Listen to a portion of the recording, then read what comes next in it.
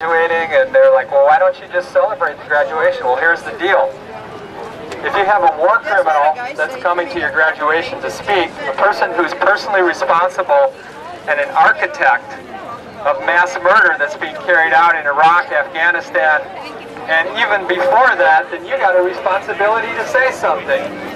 And if you don't say something, then you aren't any different than those good Germans who sat there and watched their neighbors get dragged off to the ovens.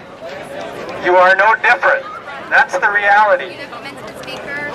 This is what's going on. Robert Gates is a central figure for this system. He's played a war in every single U.S. war of aggression since the 1980s. Going back to the secret wars the U.S. fought to arm the Contras in Nicaragua, death squads in El Salvador, in which they killed thousands and thousands of people. Backing up the government in Guatemala that murdered thousands of villagers in Guatemala. That's what this government has done, and that's what Robert Gates has been a key figure of.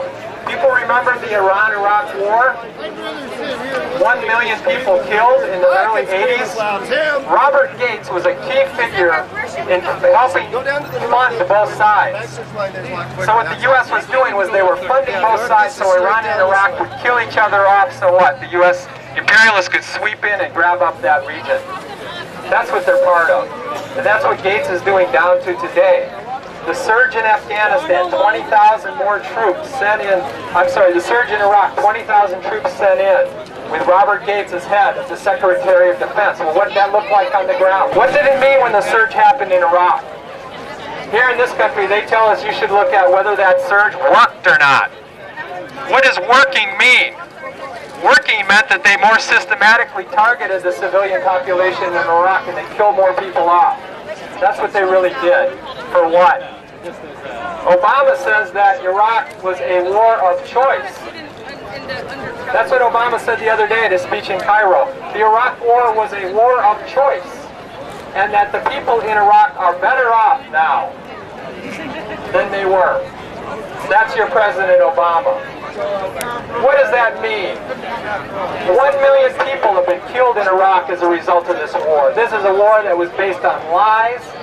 That's a criminal war that targeted civilian populations, that killed 1 million people, that forced 4 million people out of their homes. And this is what Barack Obama says is a war of choice.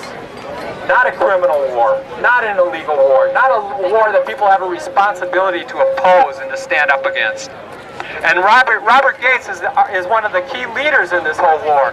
And you know what else? He's head of the military at a time that torture continues in Guantanamo Bay. There's people being tortured right now in Guantanamo Bay. No, it's not shut down under Obama. And on top of that, Obama is continuing the Military Commissions Act. He's expanding the air base in Bagram, where they're also torturing people just like at Guantanamo. People got a responsibility to look at this. People cannot be complicit with this.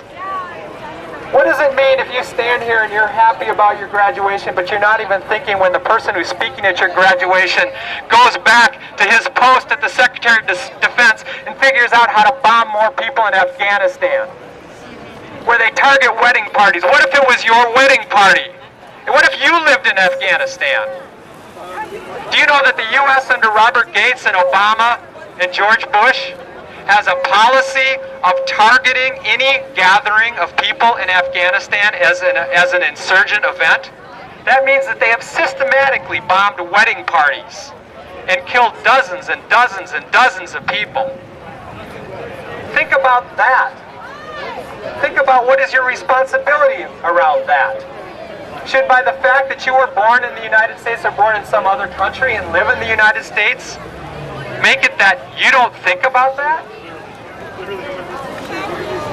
We've got to stop thinking like Americans and we got to start thinking about humanity. What's the difference between whether you were born in the U.S., born in Iraq, born in Pakistan, born in Afghanistan, or any other country? Does that make you better?